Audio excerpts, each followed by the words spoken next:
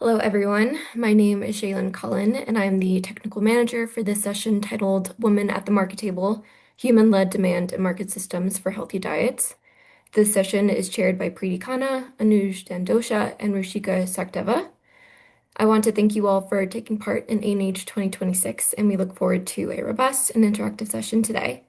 A quick reminder that everything you may need to access the conference materials and program can be found on the ANH Academy website. If you would like to connect with a speaker or other attendee following this session, please navigate to the member directory page on the ANH Academy website to look them up and send a direct message. Before Preeti takes the conversation forward, I have a few technical announcements to ensure our experience is as smooth and interactive as possible. First, this session will be recorded and posted on the ANH Academy website before the end of the conference. All participants have been muted upon entry, but please introduce yourselves using the chat feature. Let us know your name, where you're joining us from, and what organization you work with. We encourage you to share your webcam video feed during the session if your connection allows it. And if you have any questions, we invite you to share them in the chat throughout the session. Lastly, if at any point you experience technical issues, please check your audio settings and your internet connection. You can always try to reconnect to the session using the same Zoom link. And if you have a technical question, feel free to send me a private message in the chat. And that's about it. Thank you so much. Over to you, Preeti. Thank you, Shaylin. I will now invite my co-facilitator, Ruchika Chuk Sajdev, to kindly open the learning lab.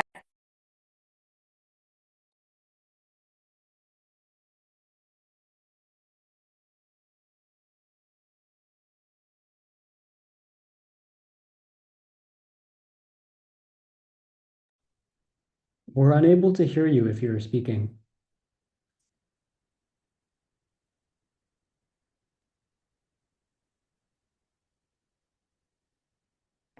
Yeah.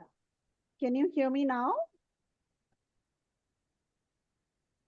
Can you hear me now? Yes, we can hear you. Yeah. So a very warm welcome to all of you. It's a real privilege to be part of this session. I want to begin with thanking the ANH Academy for creating this space. ANH has long been convening force that brings together the best minds across agriculture, nutrition, and health. And this session is a perfect example of why that matters. Thank you for holding this and for the trust you place in all of us to make it meaningful. Uh, mm, it's great that for this session we have researchers, program implementers, and also we are hoping we have some colleagues from the private sector as well. The mix is really important because when we are talking about addressing this issue of human and demand and market systems for healthy diets, it's an issue which can't be solved by one sector. This needs to be solved multi-sectorally. And that's what really makes this learning lab in a truest sense. You will really be asked to think, to build something, and to work in small groups, and to leave with one concrete idea you can actually try in the next 90 days. So it's great to have colleagues from different parts of the world. Please keep your chat open and do jump in if you have any queries. The next 2 hours, we promise, are going to be really enriching. In few moments, my colleagues from PCI, Dr. Preeti Khanna and Dr. Anuj Dandotia, will take you through the heart of the session. But first, let me take 4 minutes to set the scene, because the why now for this topic is urgent and it deserves to be said very clearly. We have spent decades and enormous resources telling people what to eat. We all are aware that healthy diets are really important. And also as nutritionists, we are aware that, what one should eat. But where it becomes really challenging is the whole mindset when it comes to the behavior change. What we also see is where there is access, uh, there are issues when it comes to healthy diets. So even where there is abundance, there are issues in terms of consumption of diverse foods. So behavior change becomes a very important point. We also see that though there are countries, and I'll give you an example for India, where there is, cereals sufficiency. We are the largest producer of milk, and we are the second largest producer of fish, pulses, but we still see a lot of nutrient inadequacy. Also, when we look globally, we see billions of people still do not eat well. I think many of you are available about the figures when we talk about where we are when it comes to eating adequate diet. Right now, 2.6 billion people, roughly 1 in 3 people on the planet, cannot afford a healthy diet. You'll hear about some figures. We'll talk from the recent SOFI report. Also, when we look at Africa, there are 2 out of 3 people, over 1 billion, who cannot afford healthy diet. We see similar situation in sub-Saharan Africa as well. When we come to South Asia, and especially when I talk about India, we have a recent national level report which has been released. Though we see improvement when it comes to stunting, wasting and undernourishment is still, pretty high. Around 1/3 of the population is undernourished. What we also see globally and also in LMIs is that hunger and obesity now coexist. So in the same country, often in the same family, we are seeing both, underweight and obesity. Uh, so what we are really seeing is that the goal is no longer just more food, it is better and more varied food. And whether people are having the right kind of food, fruits, vegetable, animal source food, in the quantity it's required. We are also seeing with the climate change, the geopolitical situation, these are consistently becoming more expensive, and also the access is becoming an issue as well. Um, for years, we focused on supply side, grow more, fortify more, or distribute more. And we also focused on, educating more, counsel more, label more. But the evidence is now telling us clearly eating well is not mainly a knowledge problem. It is also a demand problem and a market problem. And often it's really important is when we are talking about uh, about, why women and why women groups become at the center of it is not because women are responsible for fixing the food system, but because when women have agency, information, and community, these are one of the most powerful levers we have for changing what families actually eat. So the question this session would answer is, if knowledge alone is not enough, and cost can and access are the real barriers, how do we change both what people want and what they can actually get? So the idea we are about to explore together is demand, market, and diet. And really happy uh, that we are going to have this session, which we are really looking at. We have certain next steps which we can take forward. So we don't end at the end of 2 hours. We can build something together as a community. And I'll now hand over to Preeti to take forward the session. Thank you, ma'am. That was a very good introduction and very useful for all our participants. I will move towards the session and briefly give an overview with a story. Preeti, The first, sorry to interrupt. There is a bit of an echo with your Zoom. is it better? Preeti, Yep, can you it's better comment? now. Yeah. Thanks.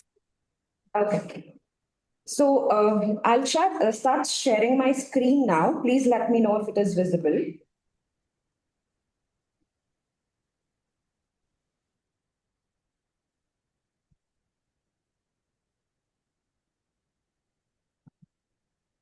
Is it visible? Yes. So let's just discuss a story. Let's picture a mother and a child in a village. And the child is basically her daughter who has just turned one. Like most babies, the little girl ate only one thing, which is rice. And her mother was told that rice paste is something which is very healthy for babies. The mother heard from some conversations within the village that eggs were good for children too, but was unsure that children of her particular age can actually consume egg or not. But everyone around her believed that eggs weren't really helpful for babies. And anyway, the nearest eggs were a long walk away and costed way too much, which was, out of her budget. Then, at her first self help group meeting at the village level, something very small happened. An older woman, who was the most trusted female leader within the community, mashed a boiled egg with added a few green vegetables and fed it to the grandchildren that were present at the meeting. And the children ate it joyfully. And all the mothers during that meeting watched her. They tasted it themselves. And for the first time, a colorful plate didn't look strange and it looked like something good a mother would do for her children's diet. But wanting it wasn't enough. So the group did one more thing. They started keeping eggs right there at the meeting, a few rupees each, brought in from their own poultry groups. Suddenly, the food wasn't a long walk away, it was right there, every month at a price she could manage. A year on, this lady's daughter ate four food groups, not one. And across the groups that tried this, the number of children eating a varied diet went from about 1 in 5 to nearly 1 in 2. So, the idea over here is that only creating demand or only creating market spaces would not actually help with choosing the right kind of diets. Our women should be at the center of policy making and bringing these two domains jointly to address this issue. Now, I would want you to take a minute and think of a problem which is specific to a nutritional context in in your areas of work or your field work or the countries where you belong to.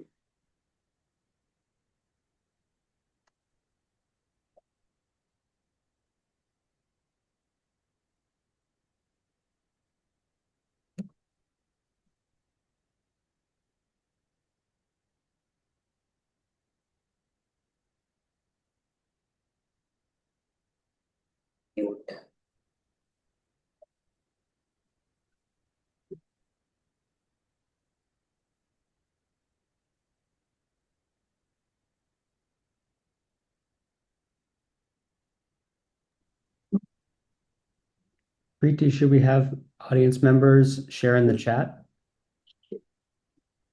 How would you like to learn what people are thinking about?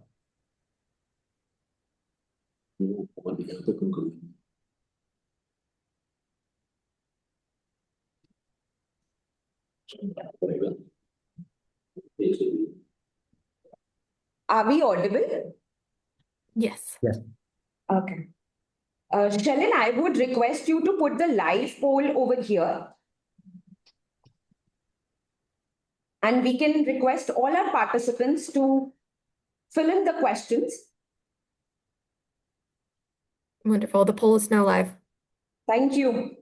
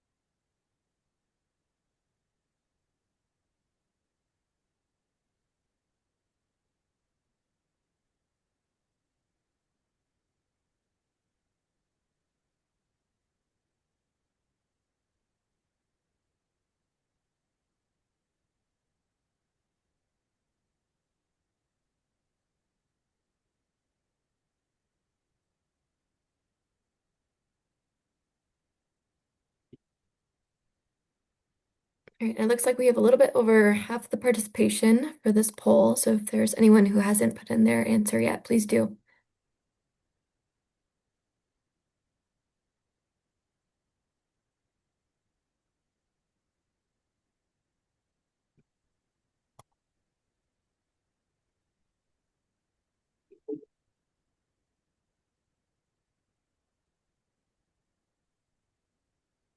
Displacement of using. Okay, and Preeti, can you see the current poll? I can go ahead and end that, and the results will appear on the screen. Yes, they are visible to me. Great, wonderful. I will end that with 70% participation. Yeah, 71.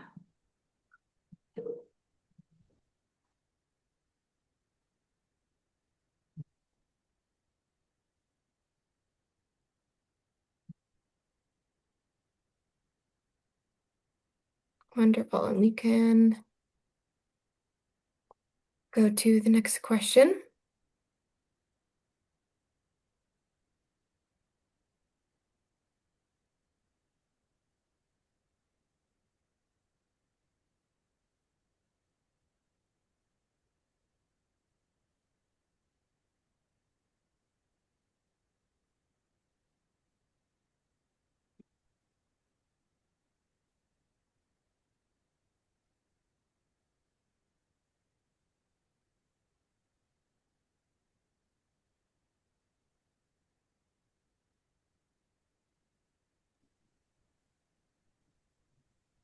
Shailen, I think all of them have answered all the questions. So as of now, we can close the poll. Okay, Yeah. So thank you everyone for a quick polling, and I'll just read out some of the interesting findings. So the number one question was, what was what most influences food choices in your context? And this definitely doesn't have a wrong or a right answer, but majority of the participants and almost 100% of them have answered preference and taste. That actually influences the food choices in their countries or the regions that they work in. The next one was, how confident are you that you could design a community led action that shifts both demand and local market supply for a nutritious food? 50% of them have answered 1 on a scale of 4. 25% have answered 2 on a scale of 4. And 25% again has answered 3 on a scale of 4. Okay. The next question was, do you have a concrete nutrition challenge in mind to work on today? So 20% said yes, clearly. 40% each said sort of and not yet. Okay. Okay. Next question, which describes your role? Which best describes your role? So 40% of us belong to the NGO and the implementation sector. 40% of us are also researchers. Good to know that. And 20% are from the other sector. On that lines, I would request all of you to kindly fill in your details in the Google link that I have shared in the chat box. That will help us stay connected post the workshop, and that will be helpful as well. So please put down your details in the sheet. Thank you. Moving on, I would Preeti, sorry to interrupt. Could you just tell the participants how their information would be used when they're entering it in the Google Sheet, please? Thank you. Yes, yes. Thanks, Alex. So basically, while we are working on the learning lab, we would want to stay connected with the participants once the learning lab is, officially closed, because we have a plan of 90 days that we would want to work with the participants on. So for that period, we would want to stay connected with the participants, and that's why this information is required from their end. Thank you. Thanks. Moving ahead, I would now want to deep dive into the framework which talks about demand, markets, and diet. And for this, I would just present a visual. Just give me a moment and let me know if my screen is visible to everyone.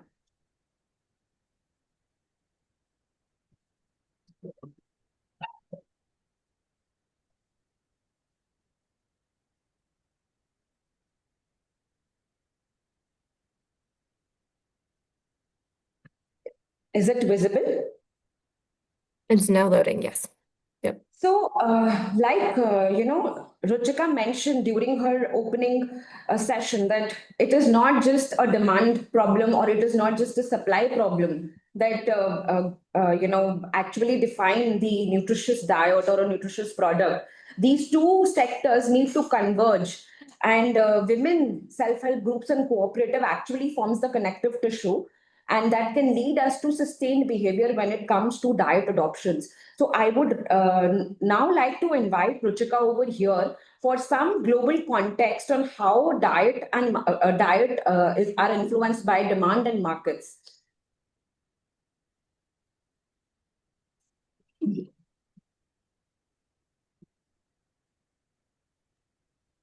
Can everyone hear me? Yes, you're audible. Yeah. Yeah. So I think I'd already covered that in my opening. I don't know whether you were able to hear me well because I realized there was some connection problem. Uh, I uh, I understand that many of us, and I see we have representation from the government as well, which is good to see from some of the regions. I think it's very well known in the research community or in the development sector community, and also when we talk about the private sector, is uh, that demand is really influenced by multiple factors, and a large influence on demand is also when it comes uh, uh, to to how people feel in terms of what's available, but then also so what they are made aware of, what's available, what is also kind of propagated by some of the influencers. So when you see the left hand side, we know that you know demand is really focused on when it comes to taste, it comes to aspiration, it comes to norms. That really kind of looks at demand. And as I mentioned, the whole point when we talk about behavior change becomes really tricky when we are talking about intake of healthy diets. So so demand is really influenced when it comes to how the population is seeing when it comes to access, but then how it is propagated within the current environment. The second key lever is the market, and we all are aware market plays a big role in terms of the access, affordability, but also in terms of when we are talking about is the awareness.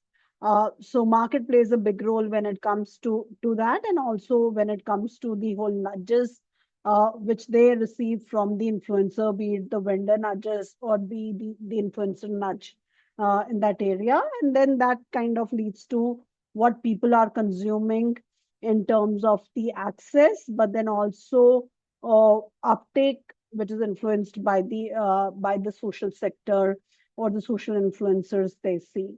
So these become key levers when we are talking about both, the intake of diet when it comes to both demand and market. Over to you, Preeti.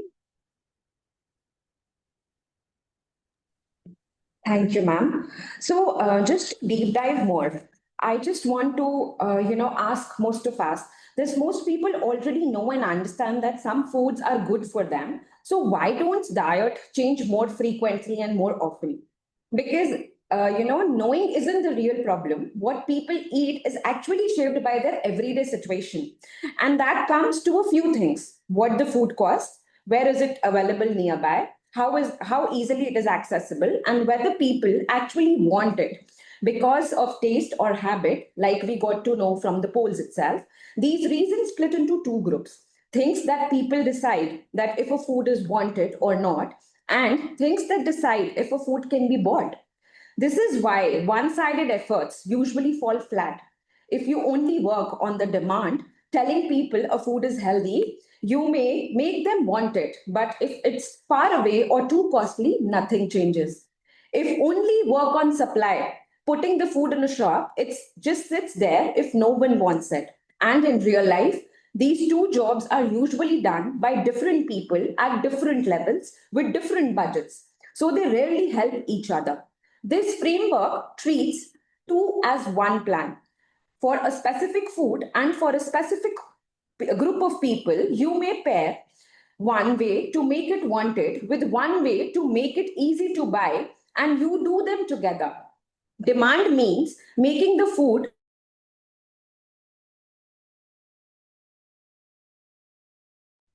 We lost your audio, Preeti.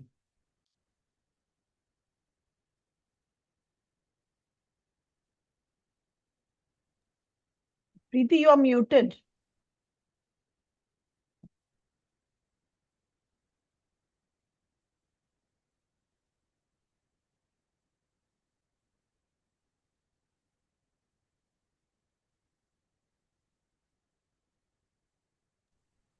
Am I audible? Yes. So, haven't we heard anything?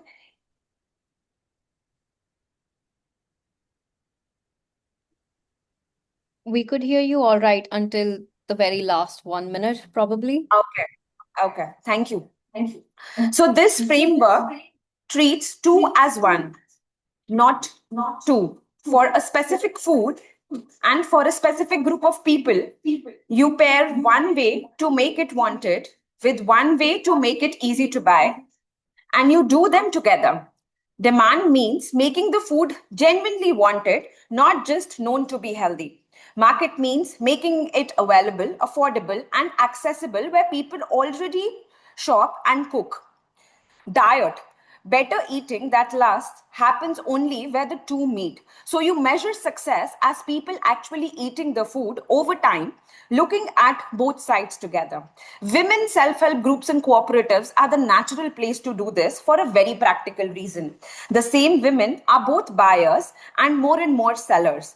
This group is a trusted space where habits shift and small businesses can be set up. So, one group can actually take an action, for example, a tasting circle, for example, a respected member showing the way, organizing a seasonal menu and a market action, keeping a small stock at the meetings, or buying in bulk, or setting up a tiny enterprise through the same relationships. And that closes the loop that separates campaigns and supply schemes leave alone. And once new eating becomes the normal, it raises demand again.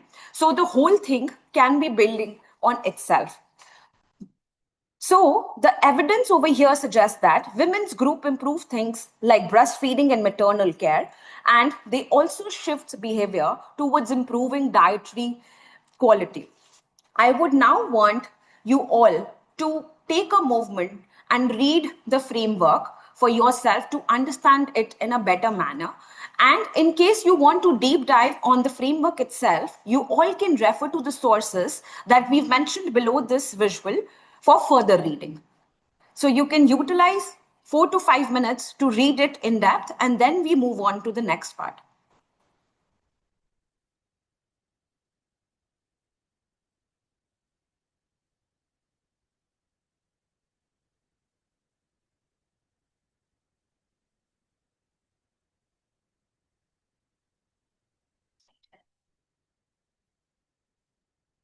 नहीं जाएगी तो वो बता देंगे.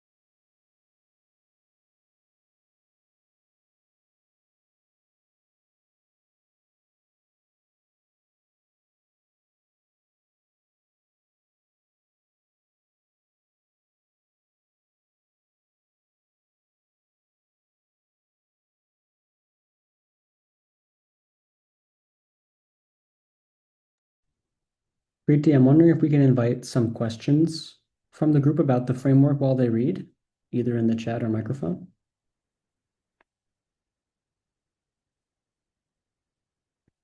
Maybe you could explain what a nutrition shelf is to me. That's one thing that I'm interested in.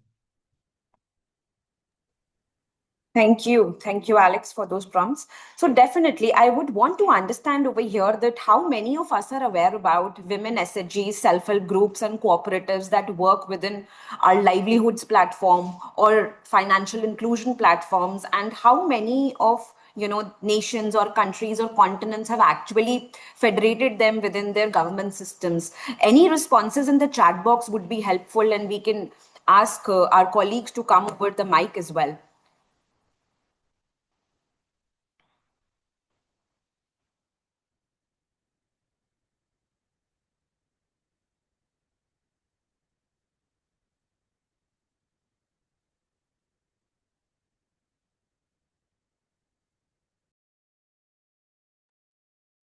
Sorry, Preeti, could you maybe rephrase the question just in a shorter way? It's about gender inclusivity in government. So basically, when we're talking about women's self-help groups and cooperatives, in many countries, these are federated within the government systems. What I mean is that they are actually, national systems that are regulated through the government platforms. So I want to understand that how many of us are aware about this fact, or do these systems work only in specific countries like India, or are similar systems also running in other countries and continents?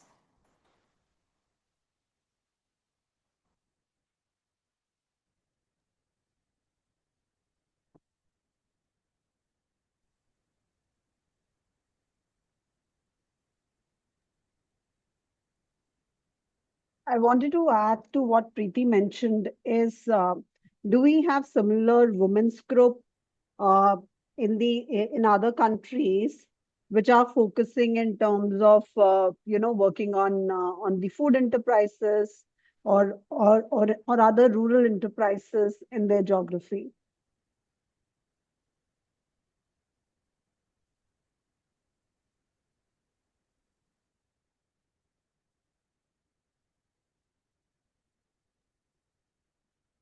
So it looks like in the chat from Sunita and Ashwarya that these, women's groups are more popular in India than other places. I'm wondering if others from different countries, maybe Alicia from Tanzania or some others that I've seen join previous labs who are in different places can share about what those women's groups are like there. Or if they're not there, that would be interesting to know too. You can just share in the chat or raise your hand.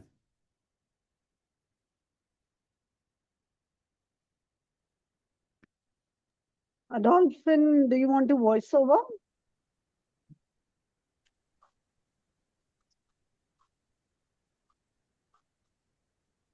Yeah. Alicia, you want to comment?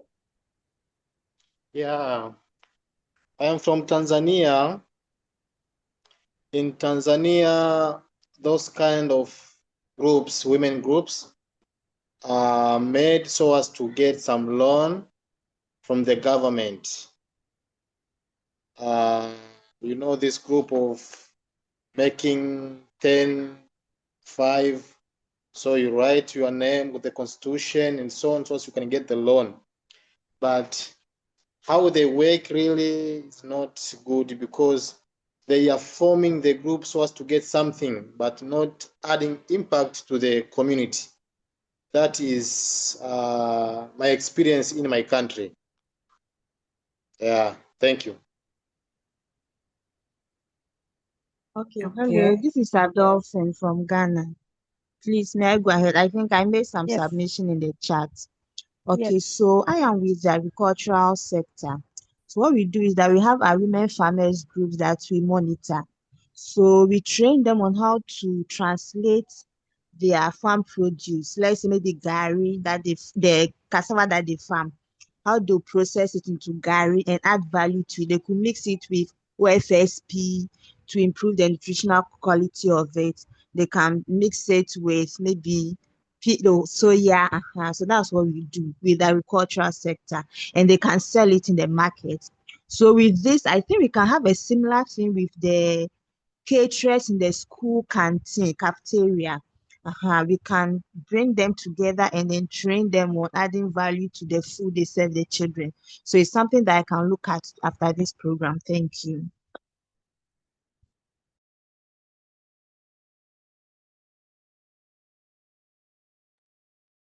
Thank you for your reflections. I have a question in the chat by Ashwarya, and I would want to address it over here. So the question says that does the current framework that we're referring to also covers Anganwadi workers who facilitate SHGs in India? So definitely yes, Ashwarya. I would like to bring in the aspect over here that when we're talking about women SHGs and women cooperatives, convergence is actually the mechanism through which the entire dietary shifts would happen. So definitely yes, and many a times we also see that the Anganwadi workers or the ASHA workers who are actually the frontline workers within the healthcare system in India and the nutrition system in India, they are also part of these SHG groups and women's collectives. So that's the leadership that they drive. So definitely yes. We would be happy to answer any more questions if the group has.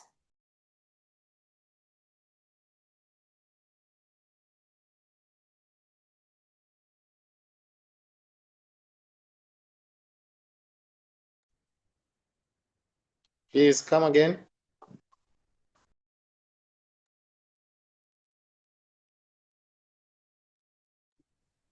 It looks like there are Okay. no more questions in the chat, but if anyone has a final comment or question that they'd like to unmute and speak up on, please go ahead, or otherwise we can move forward with the session.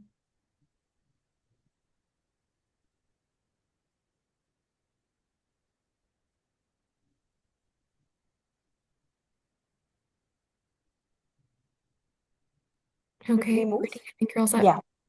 Okay, thank you so much everyone for a very interactive, learning and debriefing session. We will now move on to the main aspect, which is designing the, prototype. So I'll start sharing my screen, and please give me a thumbs up if you are able to see my screen. And you will be able to see a template of nutrition market prototype. Is it visible to everyone? Okay.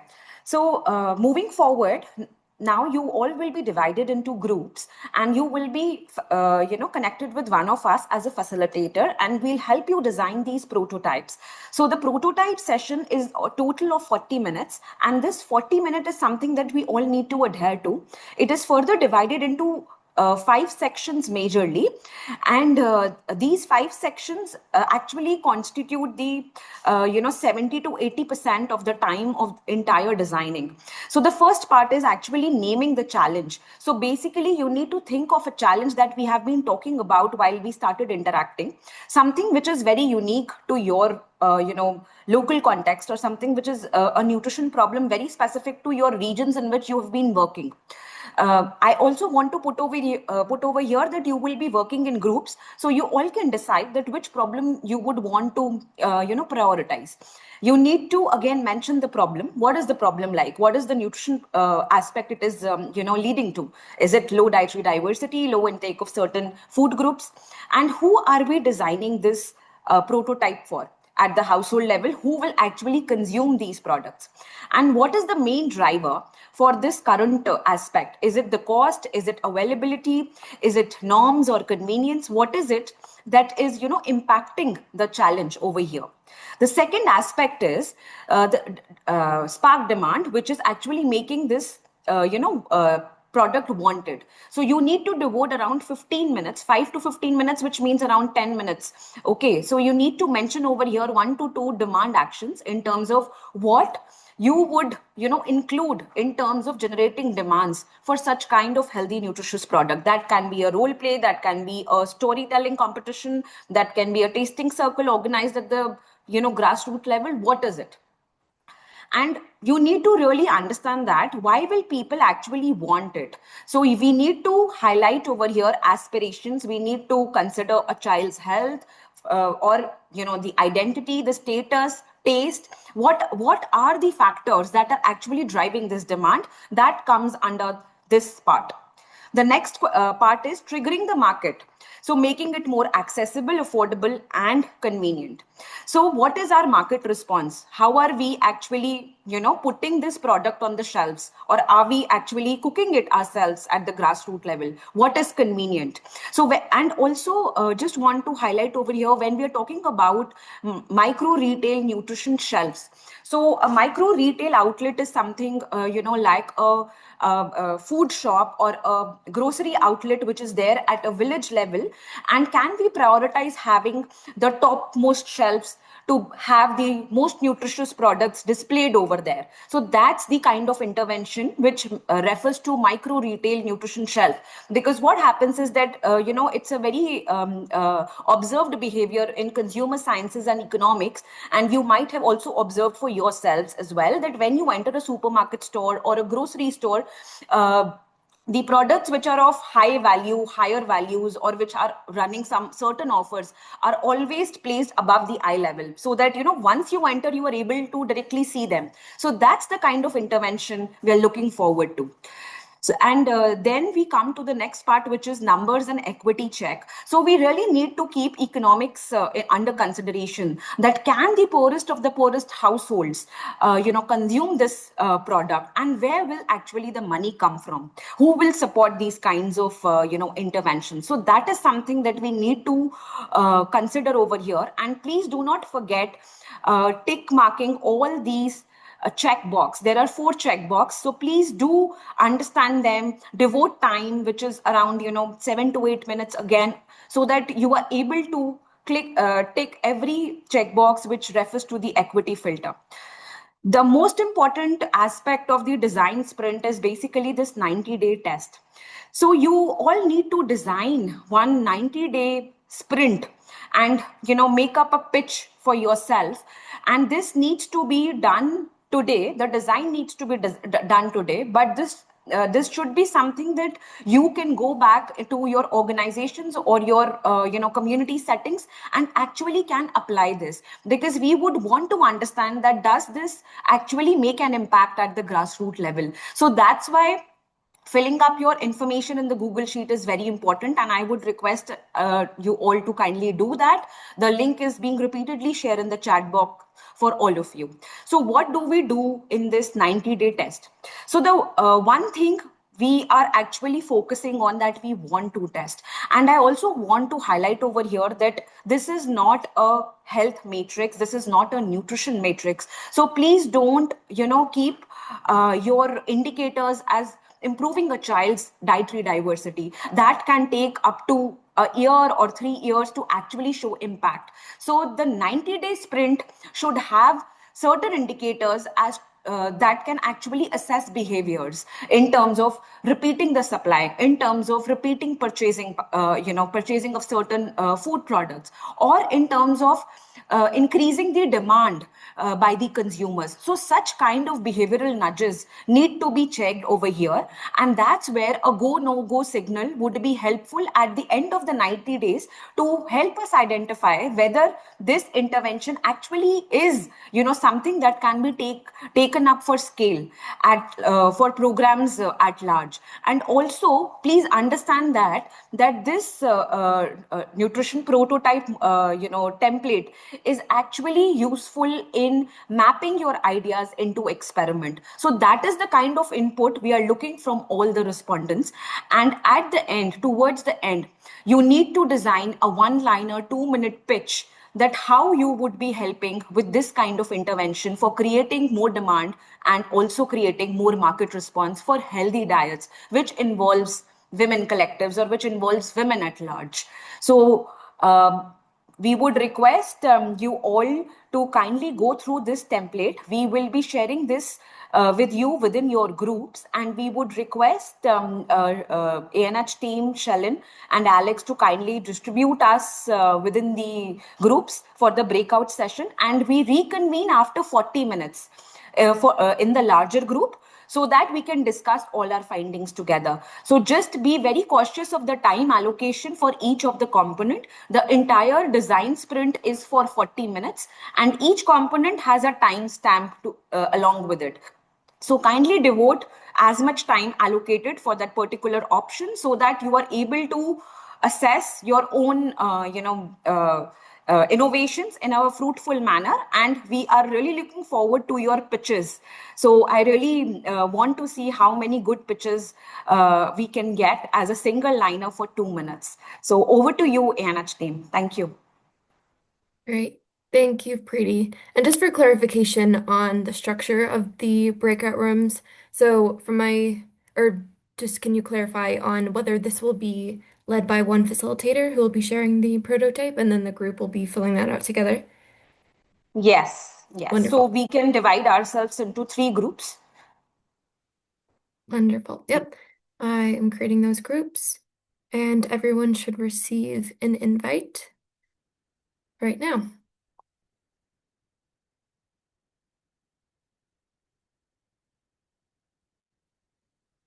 Wonderful. And for the facilitators, just as a reminder, you will manually enter each room. So I'm not sure how you're dividing that up, but go ahead and do that yourself, please. Thank you.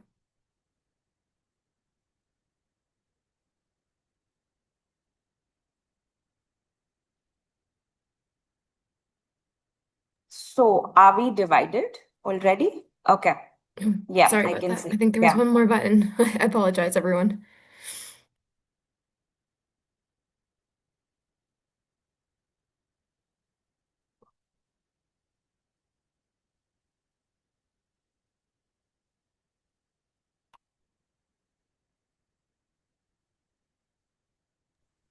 I'm joining room 2.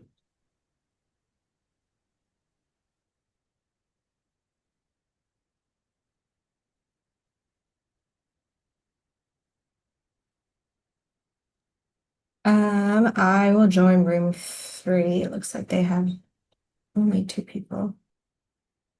Ruchika ma'am, can I request you to join room 1? She's already in room 2 and will not be able to hear you. I can pass on a message. Yeah, it will be helpful if she can join room 1. All right. I'll manually move her. Oh, Yeah, right. Okay. Thanks, Shay. thank you. Yeah.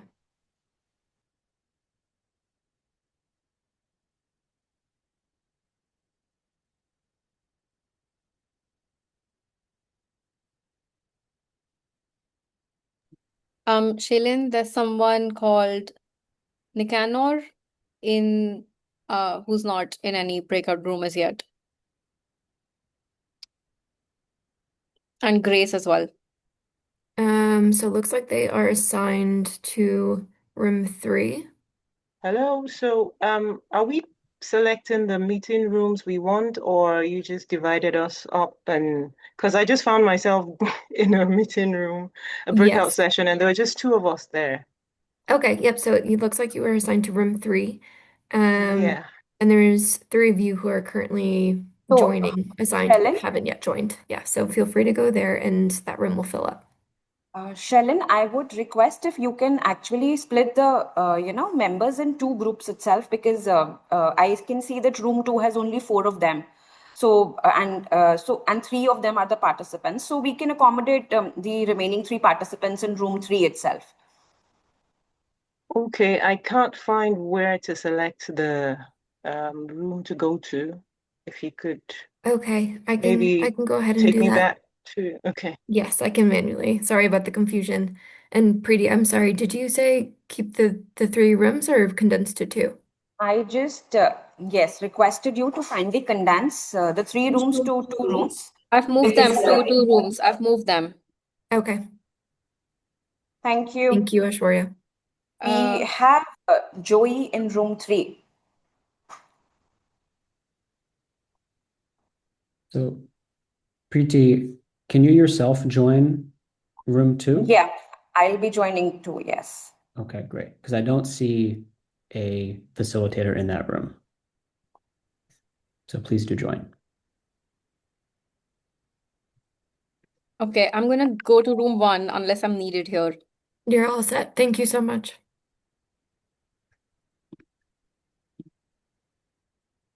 Okay, I'll join room 2. Okay.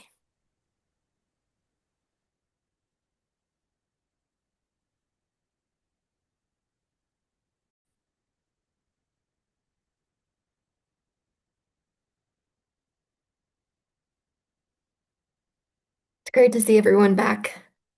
It appears that I'm having some video issues. It's not loading, but welcome back, everyone.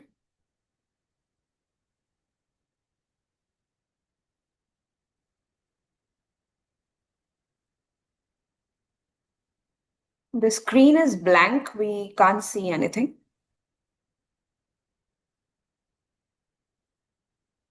So Preeti, I think no one has started sharing yet, but I think Aishwarya Okay. is sharing the session graphic. Yes, we can see that now. Thank you. Ruchika ma'am, any insights from your group that we want to share with the larger group over here, or do you want to invite any one of the participants to share the work that they've built on? Ma'am, you're muted. And if it's easier, yeah, so from our group, we would like to invite Adolphin and Panchali to pitch in, any additional reflections as well. Adolphin, over to you.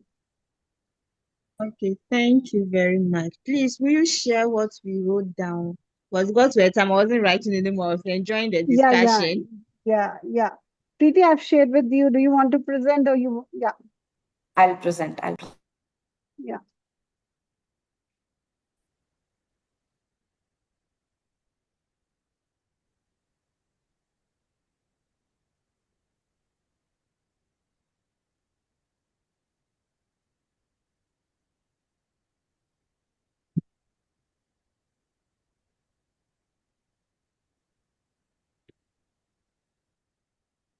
Preeti, we've yet to see. Oh, there it is. Perfect. Is Thanks. it visible? Yeah. Okay. Okay, thank you. So this is group one discussion. So for the prototype name, we're looking at vitamin A deficiency, which is the problem. So we could also talk about low intake of vitamin A rich foods among preschoolers. So that's where we are concentrating on. And then for the people we are targeting, so we are targeting preschoolers and their parents, because they are the caregivers. They provide the food for the children. And then we're also looking at our mode of what's the name, the drive for increasing this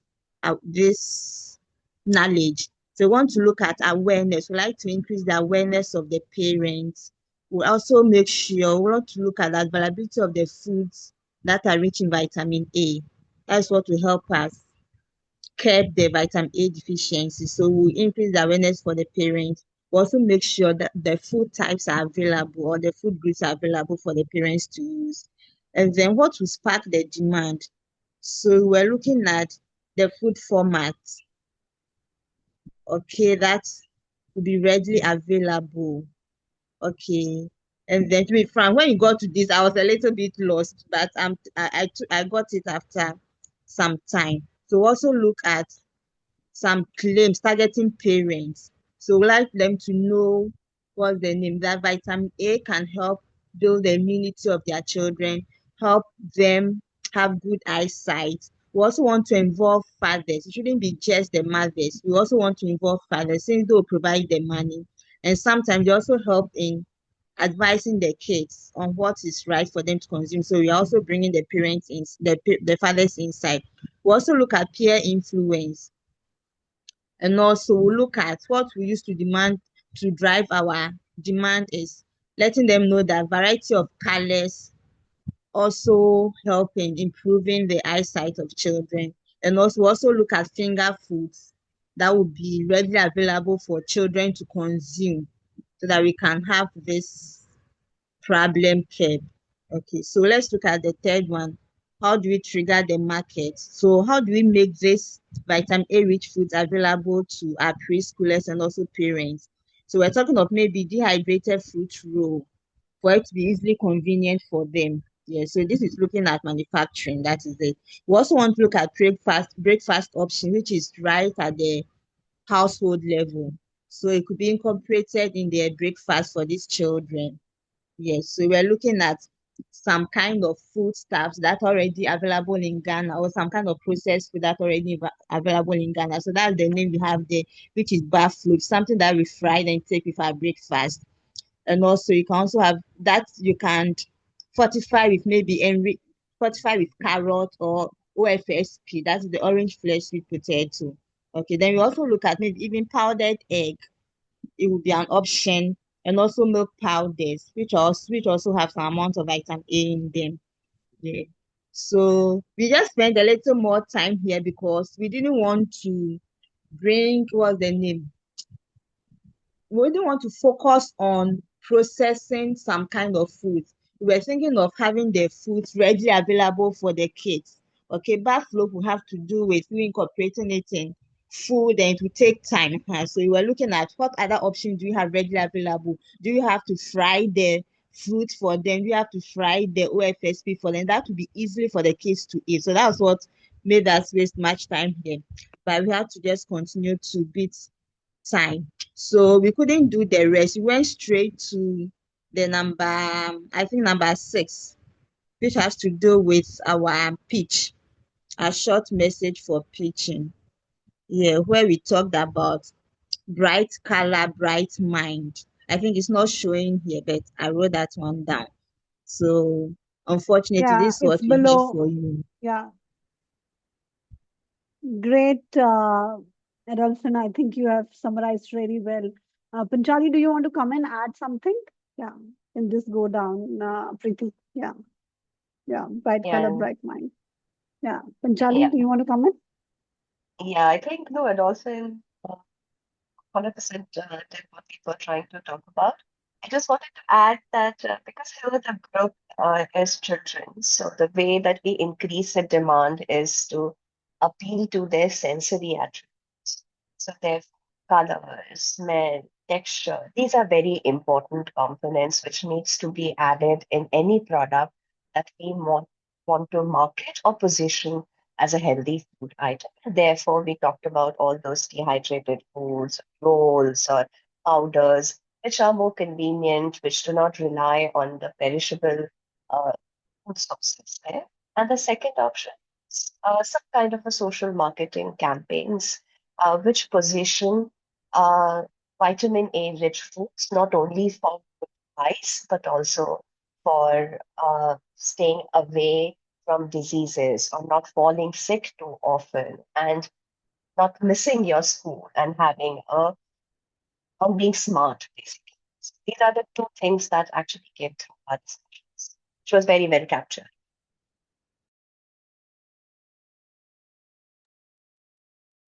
Thank you so much, Adolphin and Panchali. Yeah. Do Thank you. colleagues have any Thank you. reflections? Yeah. Uh, Ruchika ma'am, I think we should have the communication also from group 2, and then probably we can reflect together. So, anybody from group 2 who would like to present? So I can share what group 2 Sure. talked about together, and then would want to invite Grace to share what she was working on in parallel. Yeah. But our Because Grace already has a project that she's working on where women collectives are doing a similar kind of work that we're talking about generating demands and, bringing the market and demands together. But the setting is definitely urban. So that perspective would also help us in, gaining more insights. So over to you, Alex. Great, thanks. I'll keep this brief because I think Grace has more interesting things to say, honestly. But we talked about, a specific nutrition problem that Tendai brought up from Malawi, which is anemia in children and pregnant mothers. And we talked through various ways to increase demand, for iron-rich foods, including legumes, and how pairing legumes with other foods, other vegetables, rich in vitamin C could help increase uptake. And just talk through a bunch of different demand-centric responses to that, including incentivizing retailers to display healthier options in a more appealing way, increasing people's knowledge of how legumes and vitamin C rich foods work together, and how to use certain vegetables in cooking, and how to tackle perishability as well. So kind of a wide-ranging conversation, around that issue, but hoping I can turn it now over to Grace to talk about her research project, if she's willing to share.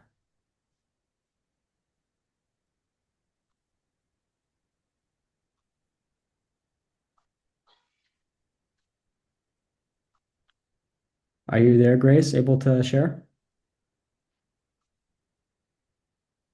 Sorry, okay, I'm here. Okay, so well, as I said earlier, it's an urban setting. So, and it's a research that's the aim is to drive demand for vegetables and fruits, and then all other healthy foods from the healthy food groups. And so we started with doing a qualitative survey. Sorry, an in-depth interview to find out what the determinants are for food choice and eating behavior in the local community and then the food environment there. But the context for us that we're dealing with is we have the formal market and then we have the informal market. And in the informal market, you have people that prepare food, not just raw food that you're buying from the market, like vegetables, raw vegetables and fruits, take home to cook. And so you have people that cook by the roadside, and the low income earners, that's where they eat. They don't buy food from the informal market, like the local markets that all want to take home and cook for themselves. We find that there are more people that during the break time, they don't have time, they don't bring food from home, so they buy from these women, and they're everywhere in all the work environment, school environment. And so that's part of the informal market. So that's why I said it's similar to this, because you have these women also selling the vegetables and fruits and the retailers, but I don't know if they cook the food and sell to the people, but that's what we have, that's experience we have here. So it's how to mobilize them and from what we've seen so far, the foods they're cooking are not healthy. There are no vegetables and fruits, and in the supermarkets, when we move on to the other side of the formal market, the supermarkets and the convenience stores, there are just very few of them that have vegetables and fruits there. So how to, encourage those in the informal markets, the street vendors, the women that cook food, on how to start preparing healthy foods from the healthy food groups, and then also how to encourage the supermarkets and the convenience stores to start selling vegetables and fruits. So that's what it's all about in a nutshell. And like I said, we're rounding up the in-depth interview and then moving on to the survey, and then there'll be some experimental tests. And then from there, it will inform the design of the interventions. But already, it's leaning more towards what I've just seen in the prototype, because the plan is to have something like educating them, but education, from what I've learned, doesn't lead to behavior. It could lead to intention, but it may not lead to behavior. So the other determinants, like what you mentioned, the affordability, accessibility, but we're finding that convenience is a big issue over here, because they don't have the time and they can't commit the effort to buy the food and then go prepare at home like you have in the rural and urban and peri-urban settings, where for the women there, they're cooking every day and they take to the farms, or the people from the farm, their husbands and their brothers bring food from the farm and then they prepare at home. But here you have the young men and women, low income earners, working 9 to 5 jobs, some of them from 6 a.m. to 10 p.m. They have breaks or they run shifts, so they don't have the time and they can't commit the effort to cook.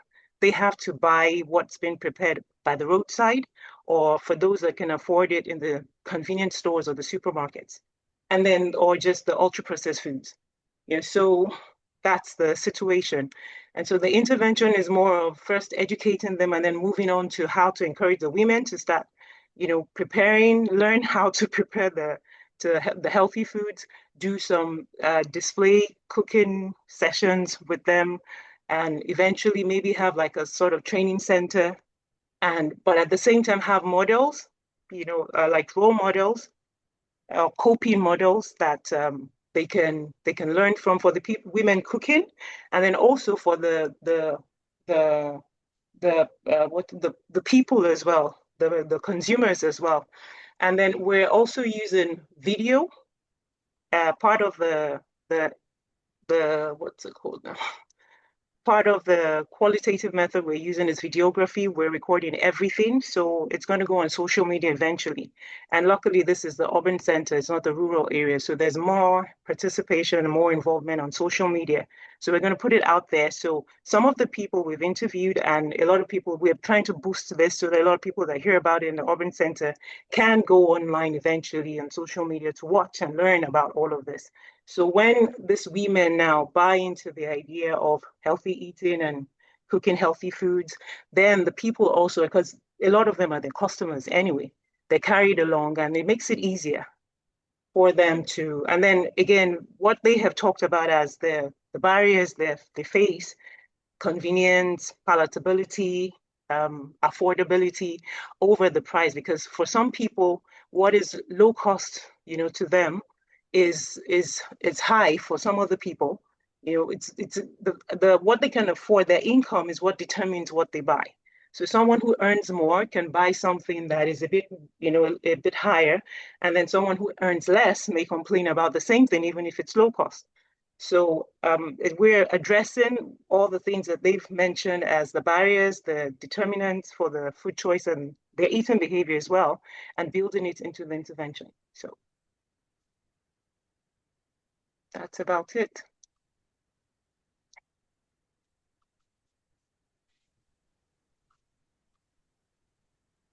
Thanks so much, Grace. I wonder if Preeti, you have comments or any concluding remarks? Yeah, thank you, Grace, and for all the participants who've actually, wholeheartedly put in their efforts in creating these prototypes for us. We would want to stay in touch with you and follow up with these prototypes, if you are applying them in your research settings or community settings. So a humble request if you could fill in your details in the Google Sheet that has been sent, and also, let us know if we can contact you regarding the same. So that will be very helpful. And I would now invite my co-facilitator, Ruchika ma'am, to for her reflections on the same, if any. Thanks, Preeti. I feel, this has been really enriching session to understand and share varied viewpoints. And as you mentioned, it will be great to be connected with this uh, group which is working in diverse setting and continue to cross-exchange ideas, some of the best practices, some of the challenges we are seeing in our work, and create something really meaningful. So thank you so much for attending this session, and look forward to hearing from you. So I would really say is to be continued. Thank you so much, and wish you Thank all you. a lovely evening, afternoon. Thank you, Ruchika ma'am. Shalin, can I please request you to post the feedback polls and the post workshop polls? So requesting all the participants to kindly address the polls before they leave the session. And thank you for your exciting participation and enriching insights. We are greatly, humbled and excited to look forward to your prototypes in the upcoming months, and we would want to stay connected, like Ruchika ma'am mentioned. So this is just the start. Thank you. And I do understand that 2 hours is such a short span of time where a lot of learning material cannot be dealt with in depth. So I would request all of you to deep dive into the resources that we've provided. And in case you still want to have a chat with us, please feel free to email us and we would be happy to connect with you.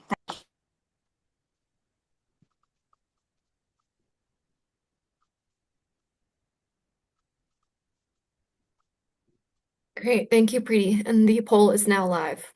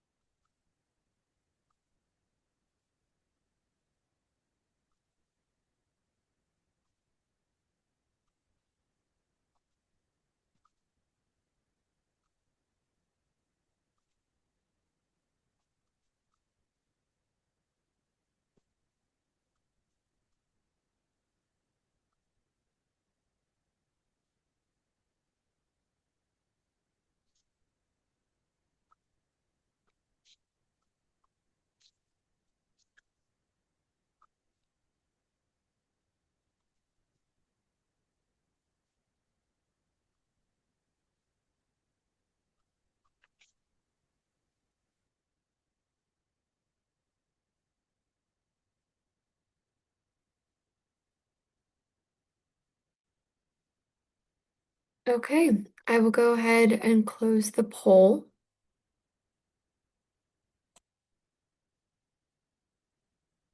And I can share those results pretty if you would like to go over these. Shalin, we can discuss them, once the workshop is over, and we would want to stay connected with the participants so we can discuss the results within our groups. Sure. Yeah. Wonderful. Okay, so I can give you closing remarks. Thank you. Thank Yeah, you. thank you so much everyone for joining. I'm sorry my video is not working. I'm not sure what's going on, but a big thank you to our facilitators for leading this presentation and for everyone for joining, for your participation and questions. We have one more session tomorrow for our A&H ARC plenary session, so we invite you all to join that tomorrow. Information is on our website, and as a reminder, we will be recording the session and that will be uploaded to our site following this session. So stay tuned for that. But thank you all so much for joining. Thank you. Thank you. Thank you very much.